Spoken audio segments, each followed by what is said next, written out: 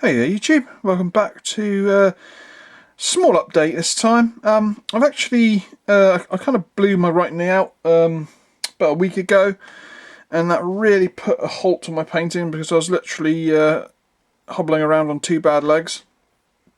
I also couldn't bend my knee, so I couldn't sit down for any sort of length of time. It was a horrible little episode that actually happens quite regularly.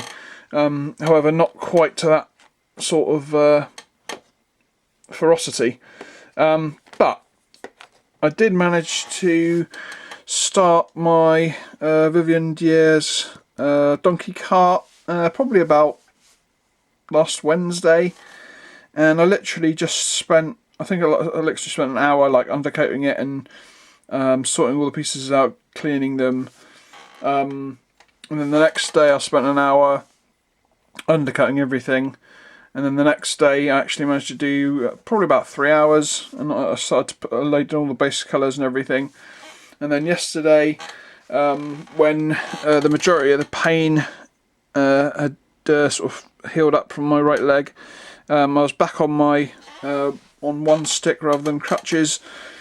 It's still not fully healed up. I still can't bend my knee properly, but it does at least bend enough that I can sit in a chair comfortably now, and I still can't really hobble around quite as good as I normally do, and compared to a normal person that's pretty bad. But anyway, those things aside, I did manage to finish it. I finished the base today. I decided again last minute messing around to try and decide how I'd debase her. But here we go, let's zoom in and I should give you a closer look. And I'll also pick it up. So let's just...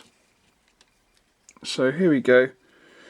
So you can see that the sort of the theme of the base is my classic The Muddy Road. And I built up this hillock at the side here using some Mediput. And I made a road sign and a quick check on in some historical books to find out an area that was applicable to Third Corps. So I managed to find Beaumont, which I don't think they actually went there, but it was quite near, so it could be on the road. And the sort of story behind this, I mean, I'll show you the cart first. The cart is a standard French army cart, which she's commandeered, because obviously she is part of the army. And inside you can see all the goodies. We have got the rabbit hanging there, which was a right pain to try and get to stay. I literally just stuck it back in again about 10 minutes ago after it falling out again. But you can see you can actually take the top off. I don't know if I want to at this point because I'm not sure if the rabbit is particularly stable at the moment. I mean, it seems to be. I think it is. I'll carefully lift it off. So inside you can see all her, some of it's actually still a little bit loose in there actually, but it's held in by other stuff, so it doesn't matter. You can see all her fine wares in there, and we've got wine, we've got supplies, we've got cheese, we've got another barrel of brandy, we've got salt and pepper, we've got bread, we've got a leg of cured ham there, and then hanging in the top of her cart we have a freshly caught rabbit. We can get it to focus. There we go, freshly caught rabbit. And hanging in the very back, some classic French onions and some salami, or some cured sausage.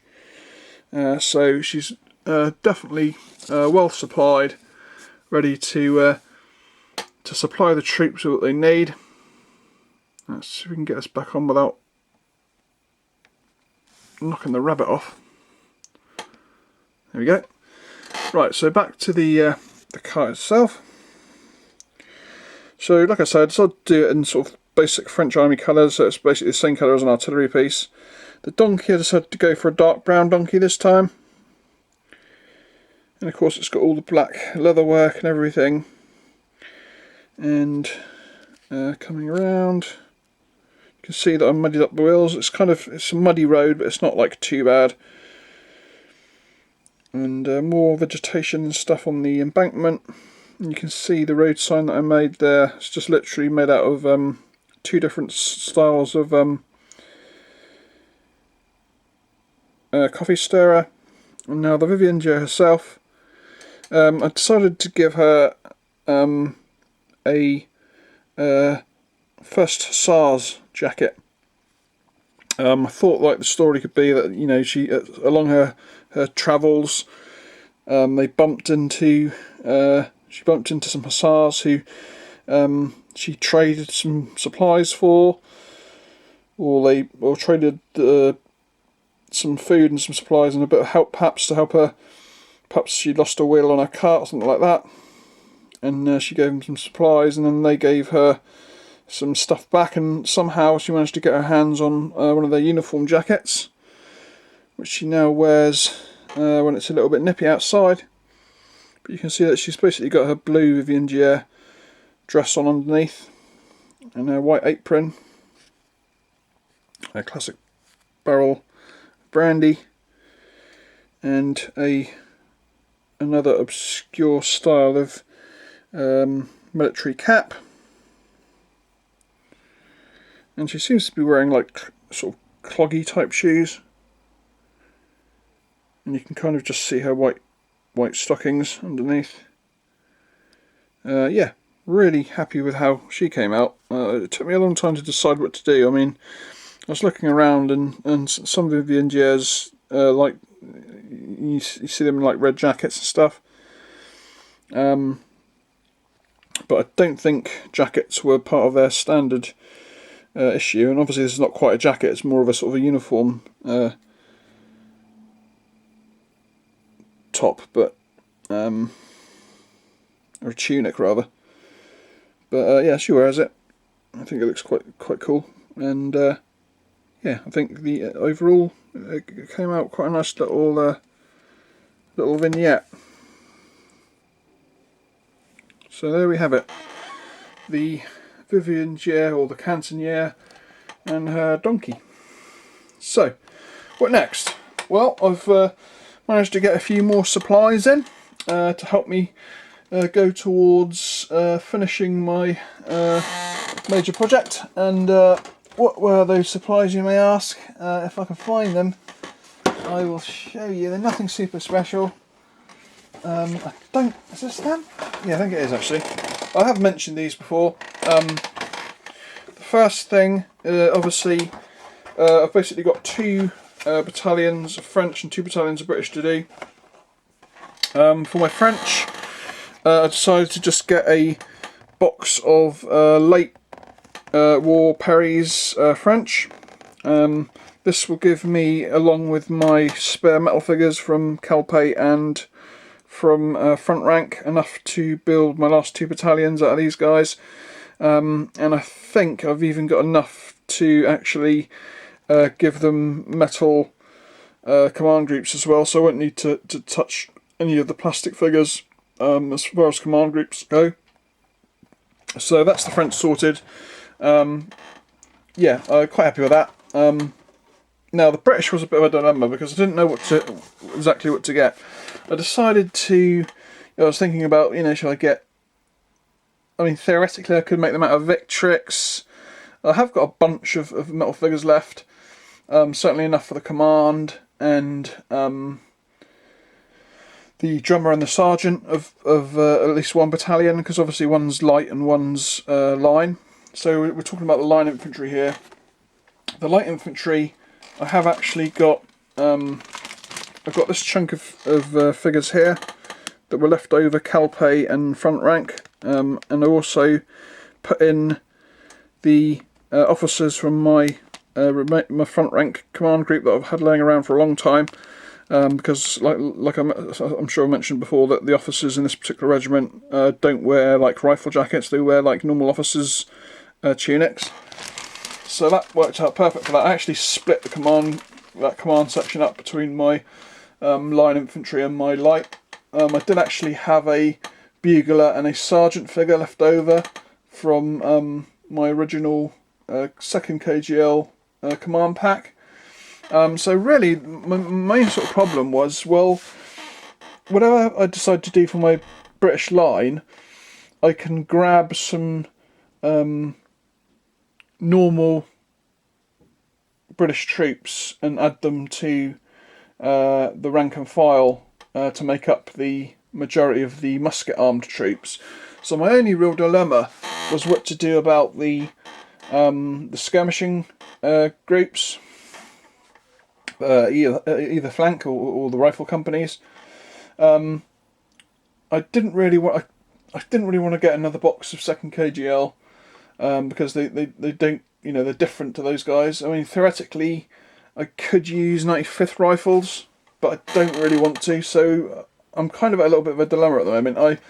I went and grabbed my old school, well, not old school, but my old 95th skirmishers I had just had on laying around on single bases. Now these guys are practically in the same uniform as these guys, or the first KGR rather. So theoretically, by using these four guys, that if I perhaps cut down the flank companies into threes rather than fours, because these particular battalions weren't massive. They weren't really the size of a normal infantry battalion. I think they were only maybe 200 or 300 men a piece. I could actually look up exactly how big they were, but I did want to have them as closer to a battalion style as possible. So I think what I might do is I might just have like 3 guys on each of the flank companies rather than 4. I do have, I think I've got, well, I've definitely got one leftover guy, metal 95th guy that I could bring in. I mean, this guy's only sort of basically painted, and you can see that I actually modelled a bit of cordage on his hat because he was originally going to go into my second KGL. And I think I have got one more guy, the guy who's laying prone with the rifle between his legs. I think he's hanging around somewhere, so I might just be able to pull it out and just use those 2 figures, and not have to actually buy any extra stuff in for those guys. But we'll see how it goes. I might pick up perhaps one pack of skirmishing, either rifles or second KGL again from Perry's to finish those guys off. But so what did I choose in the end for British? Well, it was basically going to be between Perry's or Warlord. Now, I'm really not a big fan of Warlord's price rise. I didn't think their figures were particularly amazing, even at sort of £15.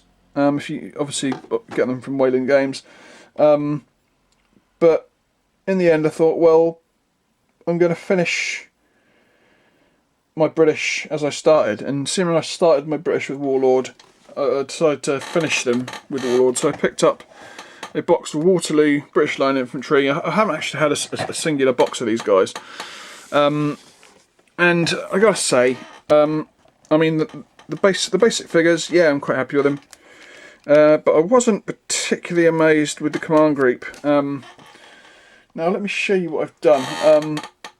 I've basically straight away ditched the drummer, and I ditched what was the other figure?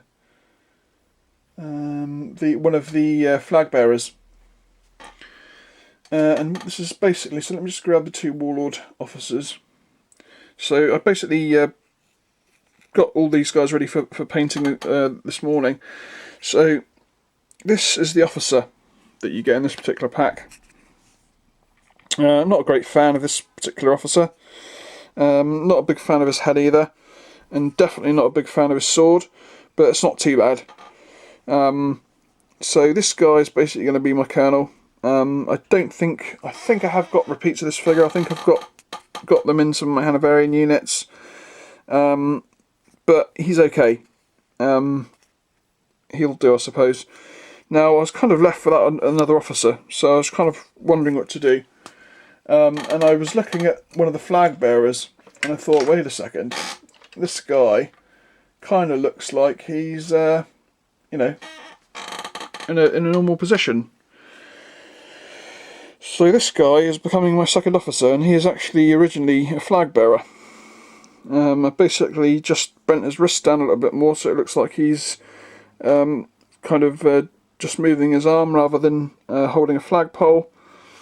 And other than that, he's kind of untouched. But I think he, excuse me, I think he'll make quite a nice second officer figure, because what he certainly doesn't is make a particularly good flag bearer. So I'm kind of quite chuffed with that. But that's basically the command group sorted for those guys now. Like I said, I ditched the other two command figures because they were terrible.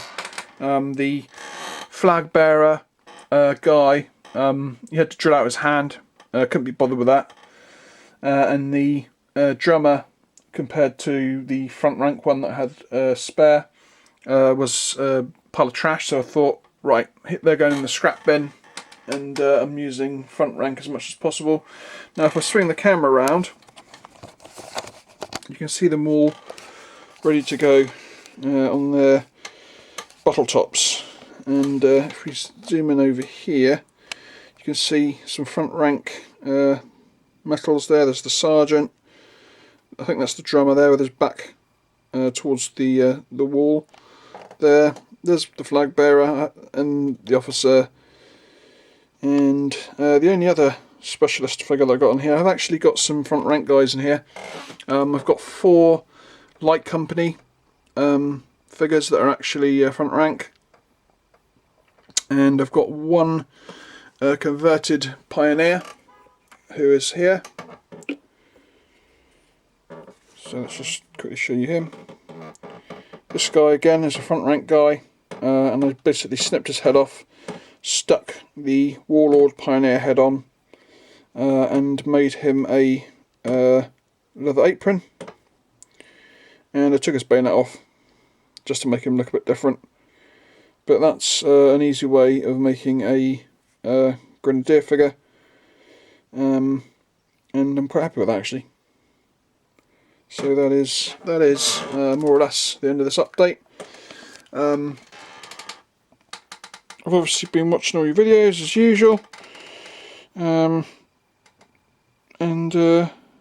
yeah, I guess that's it. So a quick pan around of my painting desk, and I'll catch you all next time. Bye bye.